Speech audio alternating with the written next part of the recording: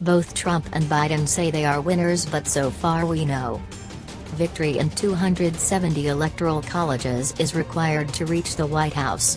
Biden now has 224 electoral colleges, while Trump is at 213, but there are still millions of votes to be counted. The expected results show stiff competition. Complete results may not be known for several days. Trump has already declared victory in his speech, saying he would take the matter to the Supreme Court over alleged vote rigging. However, they did not provide any evidence. Biden has denied the allegations. His campaign manager, Jane O'Malley, said Trump's statement about the uncounted vote was outrageous, unusual and wrong. According to Biden, the election will not end until the final vote is counted, while we are on the road to victory. A record turnout is expected in the U.S. election. Demonstrations against the candidates were also seen during the voting. The U.S. presidential election has become the focus of worldwide attention. Chinese state media and other Asian media outlets have expressed fears of a possible unrest in the United States.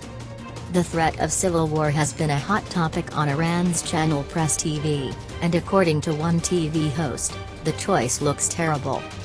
The headline on the website of the Indian newspaper The Indian Express mentions unrest in the U.S. states. The headline of Pakistan's Express Tribune newspaper said, "Restless Americans cast their votes wearing masks and shops are full of signboards." A columnist for a French newspaper wrote, "This is the biggest battle and the Americans have understood it." Turkey's NTV said, Biden did not perform as well as expected. He added that Trump was happy and confident he will be re-elected. A Ukrainian TV channel commented on the U.S. election, "The atmosphere is turbulent. Biden and Trump are at loggerheads, and each side is preparing for its victory speech." Report this social embed, make a complaint. One of Donald Trump's tweets last night was described by Twitter as controversial and possibly misleading because he made a baseless claim that Democrats were trying to steal the election. But there was also a spelling mistake in his post, which is being ridiculed on Polish social media. Poland's conservative government has close ties to the Trump administration, and the United States is deploying troops from Germany. So a few Polish activists pointed to Trump's mistake and wrote on Twitter that he was not closed at all. In fact, Trump wrote Poles, Polish citizens, instead of Poles. Trump and Biden are expected to face off in Arizona, Georgia, Wisconsin, Michigan, and Pennsylvania, with results expected to be significant. It looks like Arizona will rule in Biden's favor. The Democratic Party must win in 3 of Wisconsin, Michigan and Pennsylvania to secure victory. Biden is behind Trump in all 3, but there are still many votes to be counted. In Pennsylvania, 1.4 million votes are still to be counted, and this could take several days. The results for the major cities of Michigan and Wisconsin are yet to come, and Biden could win, according to opinion polls. Meanwhile, nothing can be said about Georgia. Until Tuesday, support for Trump was high. If Biden wins here, he will only need to win one more central state. U.S. presidential candidate Joe Biden's campaign team has reacted to President Trump's statement of premature victory. Joe Biden's campaign manager, Jane O'Malley, said Trump's statement about the uncounted vote was outrageous, unusual and wrong. He said it was provocative because it was an attempt to deprive American citizens of their democratic rights. It was extraordinary because never before in our history has a president tried to silence the American voice in a national election.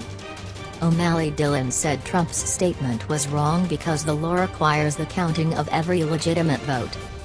Joe Biden and Kamala Harris will stand up for the right of all Americans to count their votes, and it doesn't matter who they vote for, he added.